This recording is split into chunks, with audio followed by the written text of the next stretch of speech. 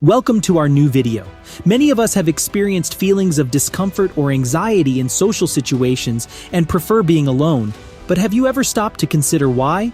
In this video, we will explore a simple yet often overlooked reason why some people prefer being alone. We'll discuss the science behind this phenomenon and provide some tips for how to overcome these feelings and enjoy socializing once again. So, whether you're an introvert, someone with social anxiety, or just curious about the psychology of human interaction, this video is for you. So sit back, relax, and let's dive into the world of social discomfort. The idea of participating in social activities and spending time in the company of other people may be, for some individuals, not only invigorating but also a source of happiness and a sense of connection.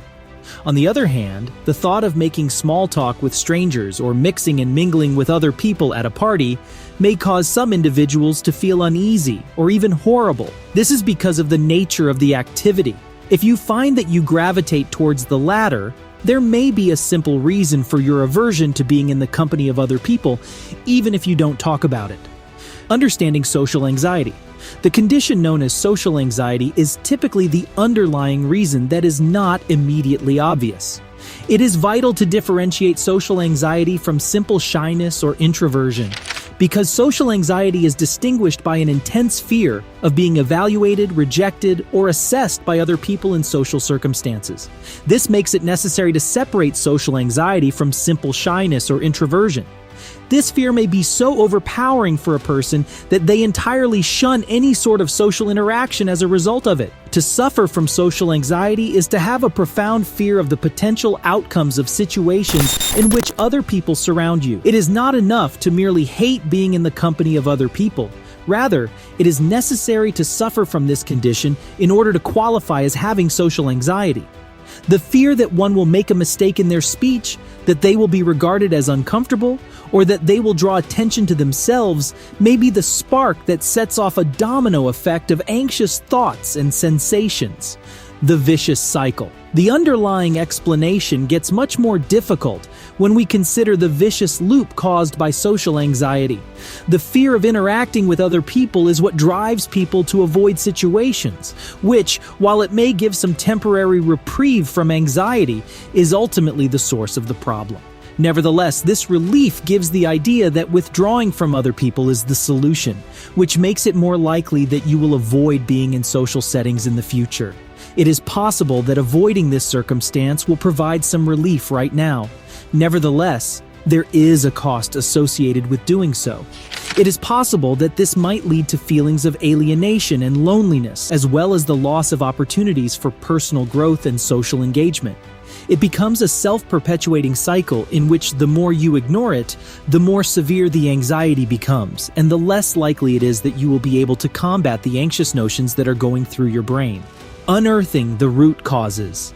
It is essential to dig deeper and analyze the underlying causes of your social anxiety in order to get to the bottom of the hidden reason for your unease when you are with other people.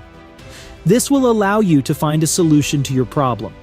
These aspects typically have their origins in activities or occurrences that took place in the past, and their influence might vary widely from one person to the next. The psychological wounds that are left behind by traumatic experiences in one's life, such as being bullied, mocked, or rejected, can have a tremendous impact on one's perspectives of how one ought to behave in social settings. Individuals may also acquire feelings of inadequacy and anxiety as a result of the societal demands that exist on them to conform, to be accepted by others, and to meet certain expectations. A significant amount of weight is given to one's upbringing, as well as the dynamics of their family. It's likely that your childhood influenced how you think about how other people interact with you because of how you felt about being judged, criticized, or ignored when you were a kid. This might have been a result of how your parenting made you feel about these things. Parenting methods that focus on overprotection or extremely high expectations for their children can also contribute to the development of anxiety in children when they are in public situations. The power of self-awareness.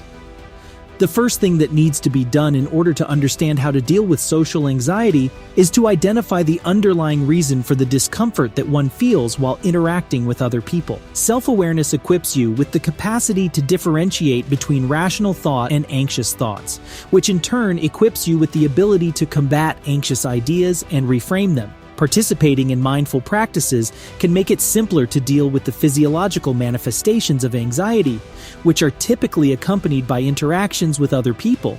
Breathing exercises that focus on the diaphragm and exercises that focus on the feet are two examples of these practices. Another powerful method that may be of use to you in understanding and reorganizing harmful thinking patterns that are associated with relationships with other people is the cognitive behavioral treatment, sometimes known as CBT. This treatment is generally referred to as CBT, gradual exposure and building confidence. Conquering social anxiety requires you to tackle the uneasy sensations you have in a way that is under your control and in a manner that is appropriate for the situation.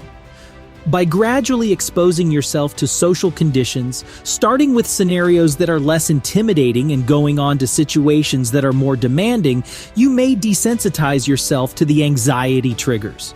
This process is called desensitization. When you consistently confront your fears, your brain will eventually realize that the situations you are anxious about are not nearly as deadly as they look to be when you first encountered them. Increasing one's self-confidence is another essential component of successfully managing social anxiety, and it's one that many people struggle with. You may do wonders for your sense of self-worth and get a sense of accomplishment by engaging in activities that you are competent at and that you find pleasurable at the same time. This, in turn, transfers over into the interactions you have with other people, which in turn makes you feel more confidence in your talents. Seeking professional help. It is extremely recommended that you seek the guidance of a professional, particularly if your social anxiety has a substantial effect on your day-to-day life. Even though there are tactics that you may do to help yourself that can be useful. Professionals in the area of mental health, such as therapists and counselors, have the knowledge and expertise necessary to give you direction as you work through the process of determining the underlying reasons of your distress and developing effective coping strategies.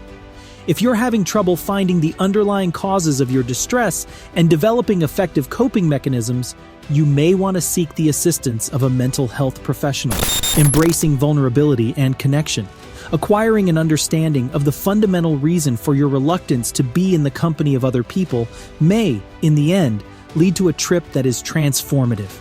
If you accept and work over your social anxiety, you will be able to live a life full of meaningful connections and experiences that are satisfying. This will allow you to live the kind of life you want to live. You will be able to make the most of the chances that life has to offer as a result of this.